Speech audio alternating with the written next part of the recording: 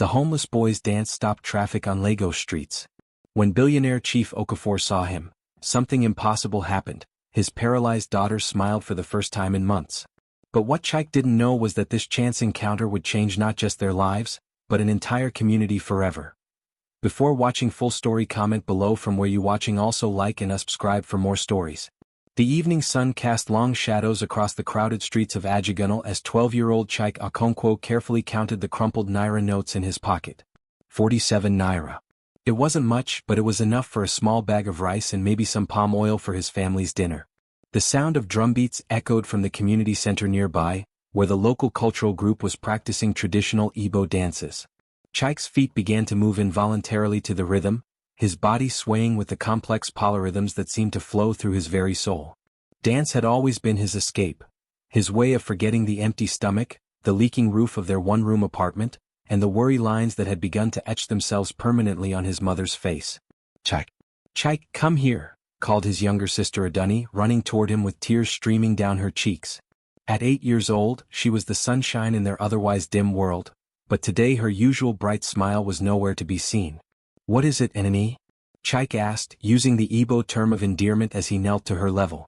Why are you crying? Mama collapsed again, Adunni sobbed. She was carrying water from the well and she just fell down. The neighbors helped her to bed, but she's burning with fever. Chike's heart sank. Their mother, Obiageli, had been struggling with malaria for weeks, but they couldn't afford proper medical treatment. The local chemist had given them some tablets on credit, but her condition seemed to be worsening rather than improving. Don't worry, Adunni.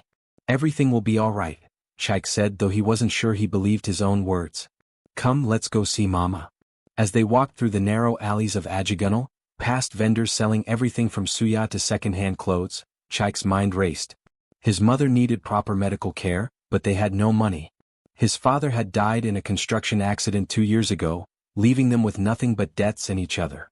Meanwhile, in the affluent neighborhood of Victoria Island, Chief Emeka Okafor stood by the floor-to-ceiling windows of his penthouse office, gazing out at the Lagos skyline. At 52, he was one of Nigeria's most successful import businessmen, with connections spanning from China to Europe. His companies brought in everything from electronics to textiles, and his wealth was measured not just in millions but in billions of naira. Yet for all his success, Chief Okafor carried a burden that money could not lift. His 17-year-old daughter, Kemi, had been paralyzed from the waist down in a car accident 6 months earlier. The best doctors in Lagos, London, and even New York had been consulted, but the damage to her spinal cord was irreversible. Kemi had once been the light of his life, a brilliant student at the University of Lagos studying international relations, an accomplished dancer who had won several competitions, and a young woman full of dreams about changing the world. Now she spent her days in a wheelchair, staring out at the world with eyes that had lost their spark. Sir, your driver is ready, announced his personal assistant, Fatima, as she entered the office. You have the board meeting with the textile importers in 30 minutes. Chief Okafor nodded absently. Cancel it, he said quietly. I'm going home to spend time with Kemi. Fatima looked surprised but didn't argue. In the past 6 months, she had watched her boss transform from a workaholic who spent 16 hours a day at the office to a man desperate to find any way to bring joy back to his daughter's life. The black Mercedes-Benz navigated carefully through the notorious Lagos traffic, making its way from Victoria Island toward Ikoyi. Chief Okafor had decided to take a different route home, hoping to avoid the usual congestion on the main roads. This detour took them through some of the less affluent areas of the city. As they passed through Ajigunle, the car slowed to a crawl due to a crowd that had gathered in the street. Chief Okafor looked out the window curiously and saw people forming a circle around something, or someone. What's happening there, Ibrahim? He asked his driver.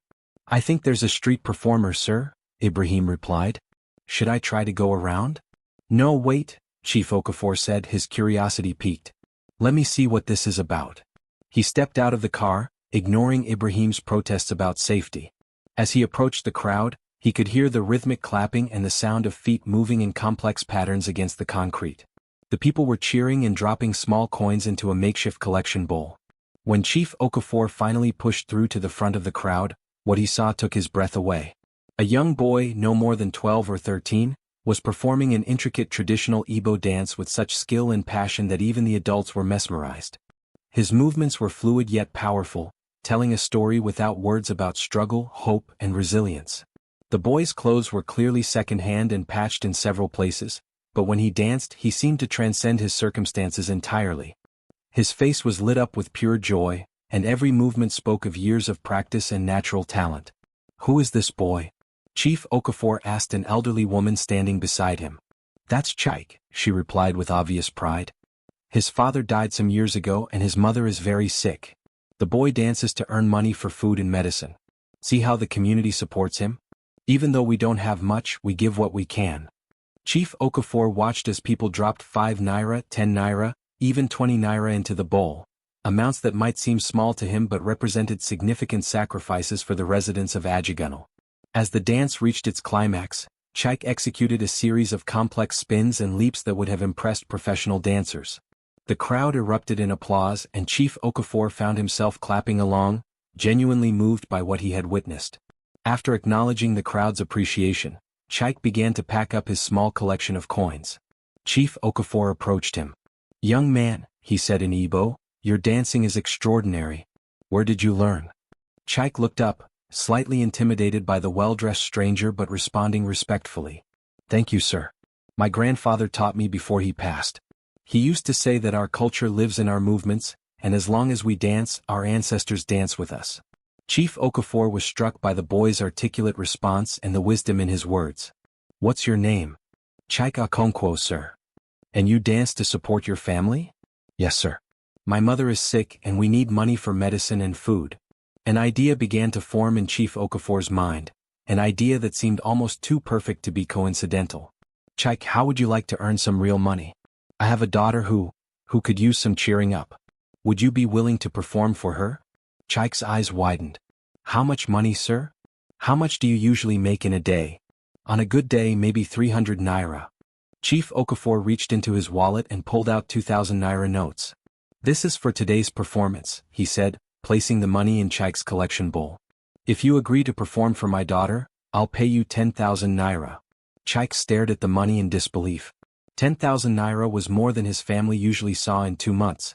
But something in the man's eyes told him this wasn't just about the money, there was a deep sadness there, the kind Chaik recognized from looking in the mirror during his family's darkest moments.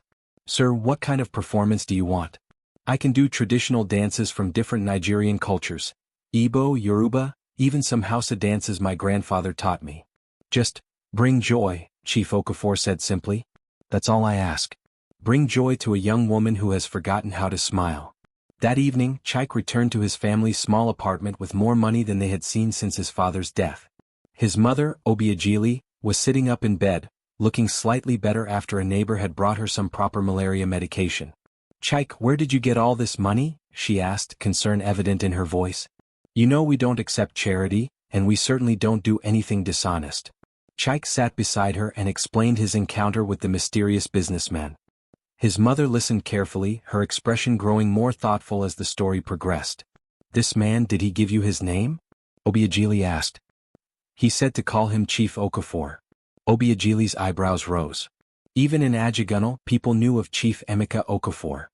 His business empire was legendary, and his philanthropy, though less publicized, was well regarded in certain circles.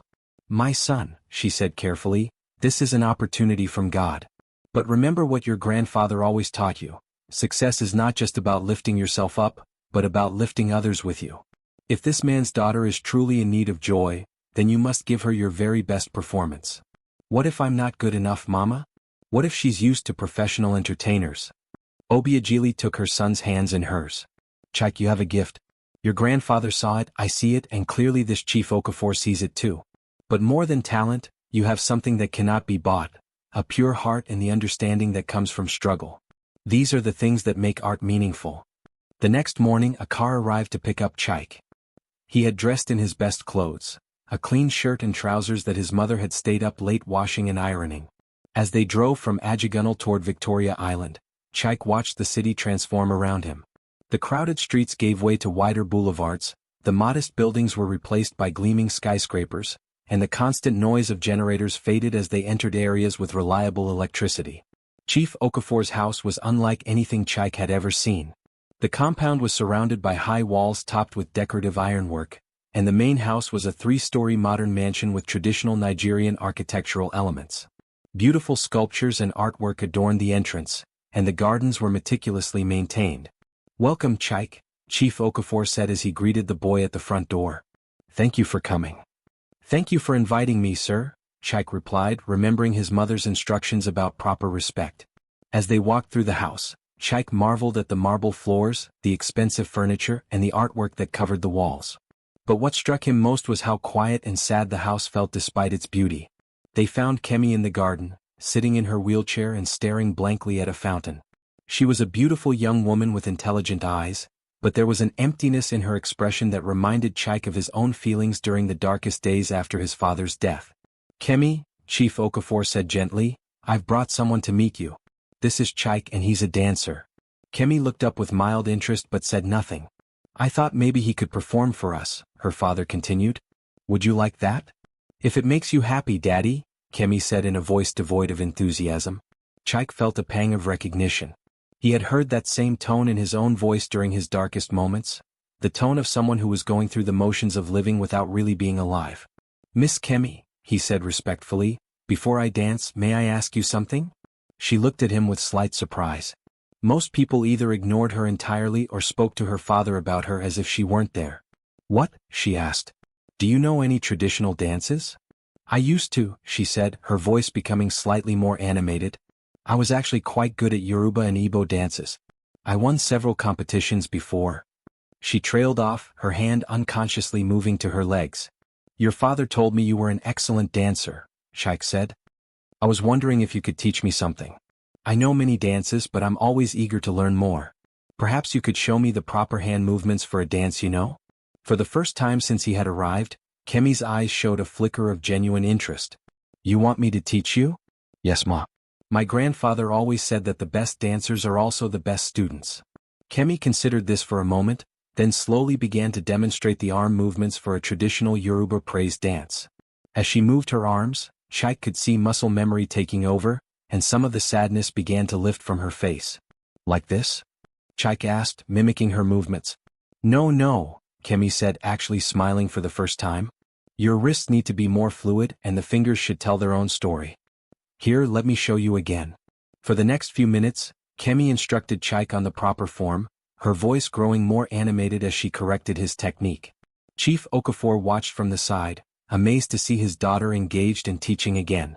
"Now," Chaik said once he had mastered the arm movements, "let me show you what I can do with what you've taught me." He began to dance, incorporating Kemi's arm movements into a complex traditional piece that told the story of a warrior's journey home. But this wasn't just any dance.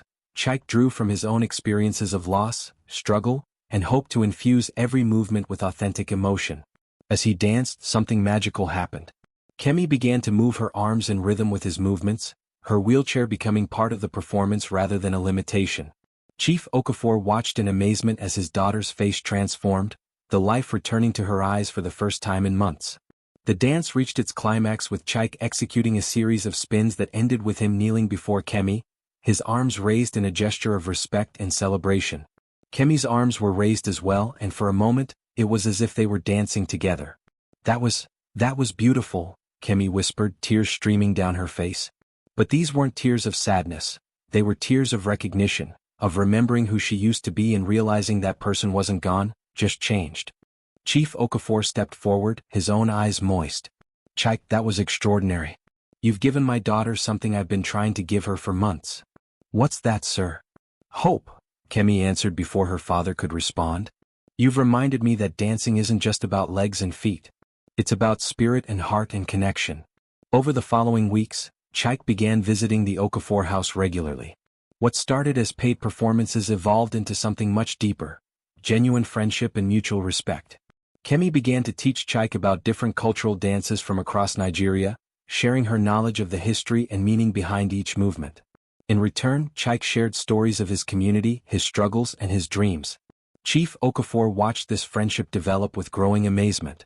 His daughter was transformed, she was laughing again, planning again, living again. She had begun to speak about returning to university and had even started researching adaptive dance techniques. "Daddy," Kemi said one evening over dinner, "I want to do something important." "What's that, my dear?" "I want to start a foundation. A place where young people from communities like Ajigunal can come to learn traditional dances, but also where people like me, people with disabilities, can learn that limitations don't have to define us. Chief Okafor felt his heart swell with pride. This was the daughter he remembered, the one who wanted to change the world. That sounds like a wonderful idea, Kemi. How can I help? We'll need space, instructors, equipment for people with different abilities, and scholarships for young people who can't afford to participate. Consider it done, Chief Okafor said without hesitation. But Chaik had been unusually quiet during this conversation. Finally, Kemi noticed. Chaik, what's wrong? Don't you think it's a good idea? Oh, it's a wonderful idea, Miss Kemi. Just, my mother is getting sicker again. The doctor says she needs surgery that we can't afford. I was thinking I might need to stop coming here and focus on earning money for her treatment. Chief Okafor and Kemi exchanged glances. They had grown so fond of this young man and his family, but they also understood the weight of his responsibility. What if there was another way? Chief Okafor said thoughtfully. What if your mother could get the surgery she needs, and you could still be part of our foundation project? Sir, I couldn't ask you to. You're not asking, Chief Okafor interrupted. I'm offering. Your friendship has given my daughter her life back. Let me give your mother hers. 6 months later, the Okafor Okonkwo Cultural Foundation held its grand opening in a beautiful facility in Ikeja. The building had been designed to be fully accessible, with spaces for traditional dance instruction, modern adaptive techniques, and cultural education. Obiageli, now fully recovered from her surgery, stood proudly watching her son demonstrate traditional Igbo dances to a mixed class of students. Some from wealthy families, others from communities like Ajigunal, some with disabilities, others without. The foundation had already become a symbol of how barriers could be broken down through shared culture and mutual respect. Kemi had indeed returned to university, but now she was pursuing a double degree in international relations and cultural studies. She had also become an advocate for disability rights and had already given several talks about finding new ways to engage with traditional culture. Look at them, Chief Okafor said to Obiageli as they watched Chaik and Kemi lead a dance that incorporated both traditional movements and adaptive techniques for wheelchair users. 6 months ago I thought money could solve any problem. Your son taught us that some gifts can't be bought, they can only be shared. And your generosity taught us that success means nothing if it's not used to lift others, Obiageli replied. My late husband used to say that the measure of a person is not how high they can climb, but how many people they help climb with them. The foundation's impact extended far beyond dance instruction. Young people from Ajigunal and other underserved communities were being exposed to opportunities they had never imagined. Some discovered talents in music, others in storytelling, and still others in business as they helped manage the foundation's operations. Chaik had become the foundation's lead youth instructor, but he had also started studying business part-time, inspired by Chief Okafor's entrepreneurial success. His dream was to eventually start his own company that would employ young people from his community. You know, Kemi said to Chaik one evening as they were closing up the foundation, I never thanked you properly. For what? For seeing me as a person, not a disability. For challenging me to teach instead of just watching. For showing me that dancing is about so much more than perfect physical form. Chaik smiled. And I never thank you for showing me that wealth isn't about money, it's about what you do with whatever resources you have. In Ajigunal we share what little we have. Here you've shared abundance. Both are forms of wealth. A year after their first meeting, the foundation was hosting its first annual cultural festival. The event brought together traditional dancers, musicians and storytellers from across Nigeria, with performances from both established artists and students from the foundation. The highlight of the evening was a collaborative piece choreographed by Kemi and performed by students from various backgrounds and abilities. The dance told the story of modern Nigeria, its struggles and triumphs, its diversity and unity, its challenges and hopes. As the performance reached its climax, Chaik found himself in the center of the stage, surrounded by dancers of all ages and backgrounds. Some were in wheelchairs, others used crutches, some came from wealthy families, others from poor ones. But in this moment, they were all simply Nigerians, celebrating their shared culture and their individual strengths. In the audience, Chief Okafor watched with tears in his eyes. His daughter was not just walking again, she was soaring. She had found a new purpose, a new way to contribute to the world and most importantly, a new understanding of her own worth. Obiageli sat beside him equally moved. Her son had not only survived their family's darkest period, he had emerged as a leader, a teacher, and an inspiration to others facing similar struggles. 5 years later, the Okafor Okonkwo Cultural Foundation had expanded to include locations in Abuja and Port Harcourt. Chike had completed his business degree and had indeed started his own company, a talent management firm that specialized in promoting traditional Nigerian arts on the international stage. Kemi had become a respected advocate and had been invited to speak at conferences around the world about inclusive cultural preservation. She had also fallen in love with and married one of the foundation's volunteer coordinators, a young man who saw her strength and determination rather than her wheelchair. Chief Okafor had discovered that his greatest business success was not measured in naira, but in lives changed. The foundation had become his proudest achievement, proof that true wealth lay in using one's resources to create opportunities for others. On this particular evening, as the foundation prepared for its 5th anniversary celebration, Chike stood in the main rehearsal hall, watching a new group of students learn the same traditional dances that had once been his escape from poverty and despair. Among the students was a young girl from Ajigunle, not much older than his sister Adunni had been when their mother was sick. She danced with the same passion and natural talent that Chike remembered from his own childhood, and her eyes held the same mixture of hope and determination. After class she approached him shyly. "Teacher Chike," she said, "my grandmother says you used to dance on the streets like me. Is that true?" "Yes, it is," Chike replied with a smile. "And now you have your own company and everything?" "Yes, I do. Do you think someone like me could have a company someday too?" Chike knelt to her level just as he had done with his sister all those years ago. "Do you know what my grandfather used to tell me?" She shook her head.